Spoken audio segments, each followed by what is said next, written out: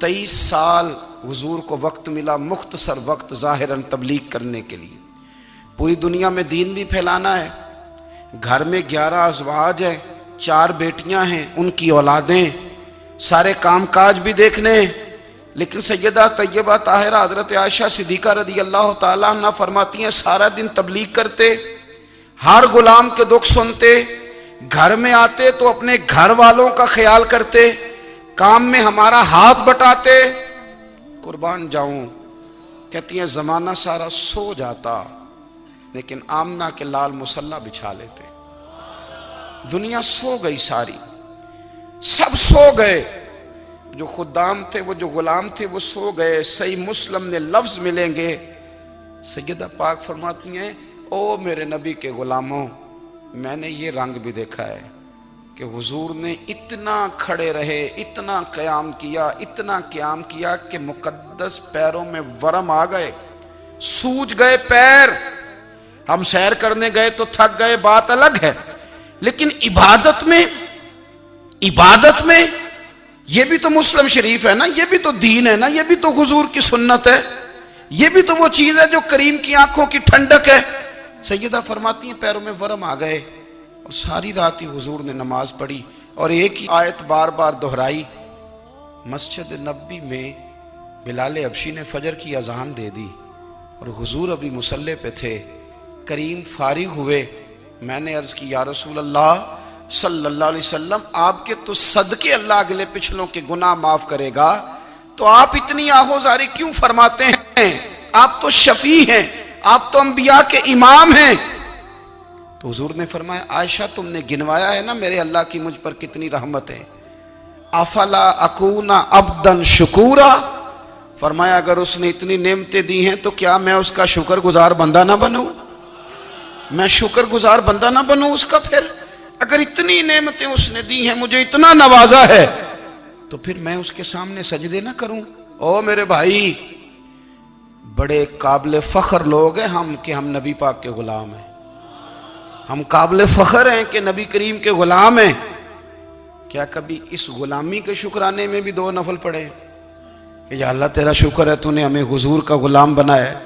یاد رکھیں کہ اپنی روحانی زندگی کو آباد کریں، استغفار پڑھیں، تسبیحات کریں، کچھ چھوٹے چھوٹے اعمال ہیں ان کو اپنی زندگی میں حصہ بنائیں۔ ترمذی شریف میں حدیث ہے، نبی پاک صلی اللہ علیہ وسلم نے فرمایا 3 مرتبہ صبح، 3 مرتبہ شام اعوذ باللہ السمیع العلیم 3 دفعہ یہ پڑھو، اور 1 دفعہ سورۃ حشر کی آخری 3 آیات، هو اللہ الذی لا الہ الا هو عالم الغیب والشہادۃ هو الرحمن الرحیم۔ اعوذ باللہ من الشیطان الرجیم ہے نا، اس کو پڑھنا ہے اعوذ باللہ السمیع العلیم من الشیطان الرجیم۔ فرمایا 3 دفعہ اس کو پڑھو اور 1 دفعہ سورہ حشر کی 3 آیتیں، 1 دفعہ صبح اور 1 دفعہ شام۔ صبح کیا ہے، شام کیا ہے؟ تو اعلیٰ حضرت بریلوی فرماتے ہیں صبح سے مراد ہے آدھی رات ڈھلنے سے لے کر سورج نکلنے تک، آدھی رات ڈھلنے سے لے کر یعنی تہجد کا ٹائم سے لے کر سورج اور شام کیا ہے، دوپہر ڈھلنے سے لے کر مغرب کی اذان تک، یہ شام ہے۔ اب سن لیں، یہ ترمذی کی حدیث ہے سیاستہ کی، نبی پاک نے فرمایا جس نے 3 مرتبہ اعوذ باللہ پڑھی اور 1 بار سورہ حشر کی آخری 3 آیتیں پڑھی، 1 دفعہ صبح پڑھے، 1 دفعہ شام پڑھے، نبی کریم علیہ السلام فرماتے ہیں اگر صبح پڑھے گا تو 70,000 فرشتے شام تک، اور اگر شام کو پڑھے گا تو 70,000 فرشتے صبح تک پڑھنے والے بندے کی مغفرت کی دعا مانگتے رہیں گے۔ چلے میں تو اس بات پہ بھی بڑا راضی ہوں کہ پہلی دفعہ اہل سنت میں ایسا ہو رہا ہے کہ وظیفہ ملنے پر لوگ نعرے لگا رہے ہیں، ورنہ وظیفہ بتائیں تو کہنے ابھی پڑھیں گے پر کوئی تویز بھی لکھ چھڑو ماڑا گیا۔ ایک صاحب آئے مجھے کہنے لگے جی برکت کوئی نہیں، غربت بڑی ہے۔ میں نے کہا سورۃ واقعہ پڑھا کر، کہنے پیر صاحب تھوڑی تکلیف کرو کو مینوں تویز بھی کر دیو۔ میں نے اسے کہا خدا کے بندے میں تویز دوں گا پتہ نہیں کام بنے گا نہیں بنے گا، سورۃ واقعہ پڑھ، یہ وہ تویز ہے جو مدینے والے رسول نے عطا فرمایا ہے کہ سورۃ واقعہ پڑھو تمہیں کبھی فاقہ نہیں آئے گا۔ تو وظائف پڑھیں، عبادات کریں، تیاری کریں، کچھ نیک اعمال بچائیں ایسے جن کا ہمیں پتہ ہو، جو ہمارے رب کو پتہ ہو۔ حضرت عبداللہ ابن عمر رضی اللہ تعالیٰ عنہ حضرت عمر کے صاحبزادے، مکہ مکرمہ میں ان کی قبر ہے۔ میں نے جب انہیں پڑھا تو مجھے ان سے بڑا پیار ہو گیا، لیکن آپ کو پتہ ہے وہاں جا کے کسی شخص کا مزار تلاش کرنا یا پوچھنا ایک مشکل کام ہوتا ہے۔ تو ایک دفعہ میں مکہ شریف میں حاضر تھا، تو ایک گاڑی والا ڈرائیور مجھے کہنے لگا کہ مولانا میں آپ کو جانتا ہوں، مجھے آپ سے محبت ہے، ایک بات بتاؤں آپ کو؟ میں نے کہا بتاؤ۔ کہنے لگے حضرت عبداللہ ابن عمر کی قبر دیکھنی ہے۔ میں نے کہا یہ تو نہیں کہہ رہا، یہ کسی نے بندوبست کرایا ہے، یہ اللہ نے تیرے دل میں بات ڈالی ہے، یہ ہو گیا تو لے چل مجھے۔ حضرت عبداللہ ابن عمر کو نبی پاک نے فرمایا تھا راجل صالح، یہ نیک بندہ ہے، یہ متقی آدمی۔ حضرت عبداللہ ابن عمر رضی اللہ تعالیٰ عنہ سیدنا فاروق اعظم رضی اللہ تعالیٰ عنہ کے صاحبزادے ہیں، اور ان کی ہمشیرہ سیدہ حفصہ رضی اللہ تعالیٰ عنہ حضور کی زوجہ محترمہ ہے۔ ایک دن اپنی ہمشیرہ سے کہنے لگے کہ نبی کریم صلی اللہ تعالیٰ علیہ وسلم گھر میں آئے نا، اور اگر حضور غم امت میں پریشان نہ ہوں، طبیعت کو حشاش بشاش دیکھو، تو ذرا پوچھنا تو صحیح حضور کا میرے بارے میں کیا خیال ہے، پوچھنا تو صحیح کہ کریم کی بارگاہ میں میرا کیا مقام ہے، میرے بارے میں حضور کیا فرماتے ہیں۔ اب بہن کو کام بتائے، اور بتائے بھی بھائی، اور پھر بہن وہ کام نہ کرے، یہ تاریخ میں ہوتا نہیں۔ حضرت عمر فاروق رضی اللہ تعالیٰ عنہ کی صاحبزادی ام المومنین رضی اللہ تعالیٰ عنہ فرماتی ہیں کہ میں تو بس منتظر تھی، انہوں نے تو کہا تھا نا کہ اگر تم حشاش بشاش دیکھو تو بات کرنا، لیکن حضور تشریف لائے، میری باری تھی، میرے گھر تشریف لائے، کھانا پیش کیا تو فوراً میں نے عرض کی حضور ایک بات پوچھنی تھی۔ تو حضور نے فرمایا پوچھئے۔ میں نے عرض کی حضور میرے بھائی عبداللہ ابن عمر کے بارے میں آپ کا کیا خیال ہے؟ نوجوانوں میری بات پہ غور کرنا، میرے بھائی کے بارے میں آپ کا کیا خیال ہے؟ تو نبی کریم صلی اللہ تعالیٰ علیہ وآلہ وسلم نے میری طرف دیکھا، اور پھر حضور زیر لب تھوڑا مسکرائے، اور بریلی کے امام کہتے ہیں کہ حضور مسکرا دیتے تھے نا تو جو بڑا دکھی ہوتا تھا وہ بھی ہنس پڑتا تھا۔ اب سوال پیدا ہوتا تھا کہ پھر تو اس مسکراہٹ کے لیے انتظار کرنا پڑتا ہوگا کئی مہینے کہ حضور مسکرائیں تو رونے والے ہنسیں، تو اعلیٰ حضرت فرماتے نہیں، انتظار نہیں کرنا پڑتا، یہ مسکراتے رہنا تو حضور کی عادت ہے۔ جس کی تسکین سے روتے ہوئے ہنس پڑے، اس تبسم کی عادت پہ لاکھوں سلام۔ یعنی یہ تو عادت ہے حضور کی مسکراتے رہنا، اس کے لیے انتظار نہیں کرنا پڑتا۔ بھائیو آپ خیال رکھیں گے، غور کریں گے، حضرت عبداللہ ابن عمر رضی اللہ تعالیٰ عنہ کے بارے میں پوچھا تو سیدہ فرماتی ہیں کہ نبی کریم صلی اللہ تعالیٰ علیہ وسلم نہ زیر لب مسکرائے اور فرمایا حفصہ تیرا بھائی ہے تو اچھا، لیکن میں نے سنا ہے کہ عشاء کی نماز پڑھتا ہے تو فجر تک سویا ہی رہتا ہے۔ او نوجوانوں، 10 بجے تک سونے کی بات نہیں ہوئی، 9 بجے تک سونے کی بات نہیں ہوئی، 11 بجے اٹھنے کی بات نہیں۔ حضور فرمانے لگے میں نے سنا ہے کہ عشاء کی نماز پڑھ کے سو جاتا ہے اور فجر تک سویا ہی رہتا ہے، اسے چاہیے کہ تہجد کے وقت اٹھا کرے، اللہ کی بارگاہ میں حاضر ہوا کرے، آہوزاری کرے، سجدے کرے، عبادت کرے، اٹھتا ہے اور فجر میں جا کے اٹھتا ہے۔ حضرت جناب حفصہ رضی اللہ تعالیٰ عنہ کہتی ہے میں نے جناب عبداللہ ابن عمر کو پیغام دیا اور میں نے کہا میرے جوان بھائی سن، نبی پاک نے فرمایا ہے تو اچھا پر تہجد میں نہیں اٹھتا، نفل نہیں پڑھتا۔ او میری ملت کے جوانوں، مزہ نہیں آ جاتا جب ساری دنیا سوئی ہو، ساری دنیا، اور بستر بھی گرم ہو اور نیند بھی پورا غلبہ کر رہی ہو، اور اچانک گھنٹی بجے دماغ میں، آنکھ کھلے، گھڑی پہ نظر پڑے، 3:30 4 بجے کا پیغام گھڑی بتائے، اور کوئی چڑھتی جوانی والا اٹھ کے وضو کرے، اور جب وہ مصلی کھول کے بچھائے تو مدینے والے محبوب کہتے ہیں کہ ہر نماز پہ رب ثواب دیتا ہے، اور جو اٹھ کے تہجد کی نماز پڑھے اسے دیکھ کے تو رب مسکراتا ہے، جو اس کی شان کے لائق ہے، جو اس کی شان کے لائق، وہ مسکراتا ہے، خوش ہوتا ہے کہ میرا بندہ تہجد میں اٹھ گیا، وہ مسکراتا ہے۔ کاش ہماری صبحیں کبھی اپنے مالک کے نام ہو جائیں، کاش کے صبح حضرت ابو الحسن رحمت اللہ تعالی علیہ حضرت معاذ ابن جبل رضی اللہ تعالیٰ عنہ کے پاس بیٹھا کرتے تھے. فرماتے ہیں ان سے جو پیار بڑھا تو پھر میرا مصلی سے بھی بڑھ گیا. تابعی ہیں. فرماتے ہیں صحابی رسول سے محبت ہوئی تو ذکر سے بھی ہو گئی, پھر درود شریف سے بھی ہو گئی. محبت ان سے بڑھی تو پھر اللہ نے مسجد کا پیار بھی بڑھا دیا. آپ فرماتے ہیں کہ میری ہر وقت بھی یہ چاہتی تھی کہ بس اللہ اللہ کروں, بس اللہ اللہ کروں, بس نہ میں ذرا تھوڑی جان چھڑاؤں لوگوں سے, کو 10 منٹ ملے تو میں کچھ 4 نفل پڑھ لوں, میں تھوڑا سا نہ بچوں لوگوں سے, اور مجھے تسبیح ملے تو میں نہ کچھ 400-500 دفعہ استغفار پڑھوں, سبحان اللہ, الحمدللہ, اللہ اکبر, لا حول ولا قوت الا باللہ, میں نہ تسبیحات پڑھوں. فرماتے ہیں کہ بچے تھے گھر میں 6-7, غربت تھی, کام ملتا کوئی نہیں تھا, اور میں کام چور نہیں تھا, کام ڈھونڈتا تھا, پر اللہ کی قدرت کے کام نہیں ملتا تھا.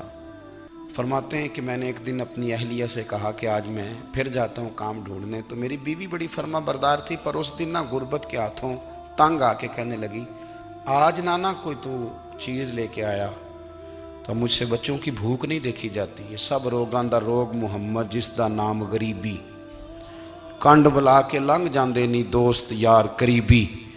آج نہ کچھ لے کے آیا تو میں بچے لے کے میکے چلی جاؤں گی. شیخ فرماتے ہیں کہ میں بڑا پریشان گھر سے نکلا, پر میں نے صبح سے لے کے زور تک کام ڈھونڈا, کام ملا کوئی نہیں. تو میرے دل میں خیال آیا, چلو کام نہیں ملتا تو اللہ اللہ تو کرے نا, چلو بندوں کی مزدوری نہیں ملتی تو رب کریم کی عبادت ہی کرتے ہیں. فرماتے ہیں کہ میں نے نا فرات کے پانی سے وضو کیا, نہر کے, شدید دھوپ تھی, ساتھ ریت تھی, اور ریت تپ رہی تھی. میں نے اپنا رومال وہیں مصلی کے طور پر بچھا لیا, اور فرماتے ہیں کہ زور سے لے کر عصر تک نماز پڑھی, دھوپ بھی پورے زور پہ, پر میرے سجدے کا ذوق بھی پورے زور پہ. فرماتے ہیں سورج بھی چمک رہا ہے, اور رب کی عبادت کا ذوق بھی پورے زور پہ. میں سجدہ کروں تو پھر میرا اٹھانے کو جی نہ چاہے. میرے استاد لکھا کرتے تھے, یہ ان کا شعر ہے, وہ کہا کرتے تھے مجھے سوز دے, مجھے ساز دے, اور مجھے نیم شب کا نیاز دے, دم سجدہ خود کو میں توڑ دوں, مجھے ایسا ذوق نماز دے. اور میں تیری بہار کا پھول ہوں, میں کھلا بھی ہوں تو تیرے لیے, مجھے میری شاخ سے توڑ لے, مجھے اپنی زلف کا ناز دے. بھائی فرماتے ہیں کہ عصر تک میں نے نفل پڑھے, دل ڈھلنے لگا, عصر کی نماز پڑھی اور میں وہاں سے چلا. اب میں جب نکلنے لگا تو دل میں خیال آیا کہ چھوٹی چھوٹی دیواریں ہیں گھر کی, بغیر کچھ لیے جاؤں گا تو بیوی دور سے دیکھے گی تو شور کرے گی کہ پھر خالی ہاتھ آ گیا ہے. کہتے میں نے اپنے اسی رومال میں جس پہ میں نے نماز پڑھی تھی نا, رومال میں کی آخی دے پنجابی جو صافہ کہتے ہیں, اسی میں نا میں نے کچھ ریت بھر لی کہ وہ دور سے دیکھے گی تو سمجھے گی کچھ لے کے آیا ہے, چلو جا کے اسے بتا دوں گا کہ آج پھر مزدوری نہیں ملی. کہتے ہیں وہ ریت لے کر جب میں گھر میں گیا تو پہلے بیوی دروازے پہ کھڑی ہوتی تھی, پوچھتی تھی خالی ہاتھ آ گئے ہو, آج میں نے دیکھا تو ہے ہی کوئی نہیں. فرماتے ہیں میں اندر داخل ہوا, سلام لیے, کونے میں میں نے وہ رومال رکھ دیا, اور میں نے آواز دی کہ بھلی مانس کہاں ہو. تو وہ کہنے لگی آپ منہ ہاتھ دھو لیں, میں روٹی لے کے آئی. میں نے کہا روٹی کہاں سے آ گئی, یہاں تو کئی دنوں کے فاقے, تو کئی دنوں کی غربت ہے, یہاں تو اس گھر میں تو فقیری ہے. فرماتے ہیں کہ وہ روٹی لے کے آئی, اور اس وقت کی جو موجودہ نعمتیں تھیں, سمجھ لیں سلاد, اچار, ہر چیز ساتھ لائی. میں نے کہا کہ بچے کہاں گئے, کہنے لگی وہ کھانا کھا کے کھیلنے گئے, آپ کھانا کھا لیں آ جاتے. کھانا اس نے چن دیا. میں نے حیرت انگیز لہجے میں ساری نعمتیں اپنے دسترخوان پہ دیکھ کر کے بیوی سے پوچھا یہ کہاں سے آیا کھانا, بچوں کو تو نے کہاں سے کھانا کھلایا, یہ سارا کچھ کیسا ہے. تو کہنے لگی پتہ نہیں آج آپ کس کریم کی مزدوری کرنے چلے گئے تھے, پتہ نہیں کس کریم کی, میرے گھر میں تو اتنی نعمتیں آئی ہیں کہ مجھ سے سنبھالی نہیں جا رہی, اتنا اناج ہے, اتنا گندم ہے, کس کریم کے دروازے آج چلے گئے تھے. یہ کہتے کہتے وہ اٹھی اور اٹھ کر کے کہنے لگی پہلے بڑا کچھ آیا تھا, اب کیا لے آئے ہو. اور جا کر کے نا اس نے وہ ریت والا رومال کھولا کہنے لگے میں تو لے کے آیا تھا ریت، تو میرے رب نے اسے بھی سونے اور ہیرے بنا دیا تھا۔ جب آپ کی توجہ اللہ کی جانب، میرے نبی پاک صلی اللہ تعالی علیہ وسلم نے فرمایا ہر چیز اپنے رب سے مانگ، ہر چیز مانگ، ہر چیز مانگ۔ یا رسول اللہ کیا کچھ؟ میرے محبوب نے فرمایا تیرے گھر میں نمک بھی ختم ہو جائے تو وہ بھی اپنے رب سے مانگا کر، تو مانگنا وہ تجھے دے گا، تو اس کی بارگاہ میں کشکول طلب دراز تو کرنا۔ اور ترمذی شریف میں عجیب لفظ ہیں، رسول کائنات نے فرمایا، رب کریم فرماتا ہے جب میرا بندہ ہاتھ اٹھاتا ہے نا تو مجھے حیا آتی ہے کہ میں خالی کیسے لوٹا دوں اس کے۔ اتنے بڑے بادشاہ کی بارگاہ میں، او بھائی لوگوں سے عزتیں تلاش کرتے ہو تو وہ کیا تمہیں عزت دیں گے؟ وہ تو کل اچھا کہتے ہیں پرسوں برا کہنے لگ جاتے ہیں۔ لوگوں کے سامنے گڈ بک میں آنا چاہو گے تو وہ تو سویرے تمہارے بارے میں کچھ کہیں گے، شام کچھ اور کہیں گے۔ اپنی روحانی زندگی آباد کریں، اپنے مصلح کو وقت دیں، اور دنیا سے چھپ کر اس موبائل کو بند کر کے اور اپنے آپ سے بھی چھپ کے اور تنہا ہو کے چھپا کے سارا کچھ اپنے آنسو اپنے رب کی بارگاہ میں پیش کریں، اس کے حضور حاضری دیں۔ سنو نا ترمذی کی حدیث، اور اسے یاد رکھنا، نبی پاک علیہ السلام نے فرمایا اپنے دکھ لوگوں کے سامنے نہ بیان کرنا، سیٹھوں نوابوں کو نہ بتاتے پھرنا، دنیا داروں کے سامنے جا کے نہ رونا کہ میں تکلیف میں ہوں۔ فرمایا اگر دنیا داروں کو دکھ بتاؤ گے رب تمہیں کبھی غنی نہیں کرے گا، اور لوگ ہیں کہ الٹا مذاق اڑائیں گے۔ آپ کی جس سے بڑی پکی یاری ہے نا، پکی، وہ تب تک پکی ہے جب تک آپ نے 50,000 مانگا نہیں، اور جس وقت آپ نے کہہ دیا کہ میں مجبور ہوں میری مدد کر تو پھر ختم ہو گئی دوستی۔ لوگوں کے تعلقات آپ کے ساتھ تب تک ہیں جب تک آپ ان سے کوئی ضرورت وابستہ نہیں کرتے۔ کریم محبوب فرمانے لگے بندوں کے سامنے دکھ نہ بیان کرنا، اللہ تجھے کبھی غنی نہیں کرے گا۔ تو اپنے دکھ اپنے رب کو بتا، تو دعائیں مانگ، تو اس کی بارگاہ میں حاضر ہو، تو اس کے حضور عرض کر۔ فرمایا اپنے دکھ اپنے رب کو بتا، وہ جلدی کرے یا دیر سے کرے تجھے ساری دنیا سے بے نیاز کر دے گا، تجھے کسی کا محتاج نہیں رہنے دے گا۔ اپنے مصلح کو، اپنی دعاؤں، ایک بزرگ فرماتے ہیں میں نے دعا مانگنے کا طریقہ اپنی بیوی سے سیکھا، دعا مانگنے کا طریقہ اپنی، سیکھنے والے تو اپنے بچوں سے بھی سیکھ لیتے ہیں، سیکھنے والے تو ہر ایک سے سیکھتے ہیں۔ وہ کہتے ہیں میں نے دعا مانگنے کا سلیقہ اپنی بیوی سے سیکھا ہے۔ حضرت وہ کس طرح؟ فرمانے لگے میری بیوی نے نا مجھے کوئی کام بتایا، کچھ پیسوں کی ضرورت کے لیے کہا، تو میں نے اسے کہا کہ بھئی ابھی میرے پاس نہیں ہے، کچھ دنوں میں آتے ہیں تو میں دے دوں گا۔ عورتوں کی عادت ہوتی ہے وہ بار بار یاد کراتی ہیں، 2-4 دنوں کے بعد پھر اس نے کہا حضرت وہ میں نے کہا تھا کچھ پیسے، میں نے اسے کہا کہ ابھی میرے پاس نہیں ہے، کچھ دنوں میں ملتے ہیں تو میں تمہیں دے دوں گا۔ اس نے کچھ دنوں کے بعد پھر کہا حضور وہ میں نے کچھ پیسے کہے تھے۔ فرماتے میں نے ڈانٹ دیا، میں نے کہا کہ کیا تو روز مجھے شرمندہ کرتی ہے، کہا نا میرے پاس نہیں ہے، ہوں گے تو دے دوں گا، تو روز یاد کراتی ہے۔ فرماتے ہیں اس نے پہلے تو میری ڈانٹ کو سہا، پھر میرے سخت جملوں نے اس کی آنکھوں میں آنسو پیدا کر دیے، پھر اس نے اپنے آنچل میں اپنے اس دکھ کو سمیٹا، اور پھر اس نے ایک جملہ کہا تو میں رو پڑا، اور مجھے اپنے رب سے مانگنے کا طریقہ آ گیا۔ مجھے کہنے لگی حضرت جی آپ نے ڈانٹ دیا میں نے سہ لیا، پر آپ ہی میرے شوہر ہیں، بتائیں نا آپ سے نہ کہوں تو میں کس سے جا کے کہوں۔ فرماتے ہیں میں رو پڑا، اور میں کھل کے رویا، اور میں تڑپ کے رویا، اور پھر میری سسکیاں بند گئیں۔ تو مجھے کہنے لگی آپ کو کیا ہوا؟ میں نے کہا مجھے بھی دعا مانگنی آ گئی ہے، جب میں اسے کہوں گا نا اللہ تو ہی میرا رب ہے، میں تجھ سے نہ کہوں تو میں کس سے جا کے کہوں؟ میں کیوں کسی بندے سے سوال کروں؟ میں کیوں کسی دنیا دار سے کہوں؟ میں تیرے بندوں کا، نیک بندوں کا وسیلہ لے کے، تیرے محبوب کی غلامی لے کے تیری بارگاہ میں آیا، تجھ سے نہ مانگوں تو کس سے مانگوں؟ سمجھ آ گئی ہے جب میں اس رنگ میں مانگوں گا تو پھر رب میرے اوپر بڑا ہی فضل فرمائے گا، وہ میرے اوپر بڑی رحمت کرے گا، وہ میرے لیے آسانیاں کرے۔ عزیز دوستو ہم اس طرح کرنے لگ گئے ہیں کہ ہم نے نا اپنے تعلقات پر اعتماد کرنا شروع کر دیا ہے۔ میرے تعلقات بہت ہیں، ہم نے اپنی دولت پر اعتماد کرنا شروع کر دیا ہے، میرے پاس دولت بہت ہے۔ ہم نے اپنے علم پر، اپنی شہرت پر اعتماد کرنا شروع کر دیا ہے کہ میرے پاس فلاں چیز بہت ہے۔ یاد رکھنا جب بے نیاز اپنی صفت بے نیازی دکھاتا ہے تو بڑی بڑی دولتوں والے مجبور نظر آتے ہیں۔ بھائیو، جب انسان کا رشتہ اپنے مالک کے ساتھ ہوتا ہے پھر تو غم بھی کچھ نہیں کہتے، پریشانیاں بھی کچھ نہیں کہتی، پھر تو زندگی صبر والی، پھر تو زندگی توکل والی، پھر تو زندگی بھروسے والی، پھر انسان اپنے آپ کو رسوا نہیں کرتا، دنیا داروں سے امیدیں اس کی ختم ہو جاتی، امیدیں اللہ رسول سے لگا لیتا ہے، مضبوط ہو جاتا ہے، مضبوط، طاقتور ہو جاتا ہے، خوددار ہو جاتا ہے، باوقار باعزت ہو جاتا ہے۔ حضرت بہلول دانا رحمت اللہ علیہ بیٹھے تھے تو ہارون رشید حج کر کے آ رہا تھا، تو رستے میں حضرت شیخ سے ملاقات ہو گئی تو السلام علیکم کے بعد کہنے لگا حضور کوئی حکم ہو تو بتائیے گا۔ تو حضرت بہلول دانا فرمانے لگے تیرا رب کون ہے؟ اس نے کہا اللہ۔ تو فرمایا میرا کون ہے؟ کہا اللہ۔ فرمانے لگے تو بڑا ہی بیوقوف ہے، کیا تو یہ سمجھتا ہے کہ رب ہارون رشید کو تو دے گا اور بہلول دانا کو بھول جائے گا؟ تیرا بھی وہی رب ہے، میرا بھی وہی رب ہے، اس نے اگر تجھے دے کے آزمایا ہے تو ہو سکتا ہے مجھے نہ دے کے آزما رہا ہو، جب اس کی حکمت کے تقاضے ہوں گے تو عطا کرے گا اور دے گا، تو جا اپنا کام کر۔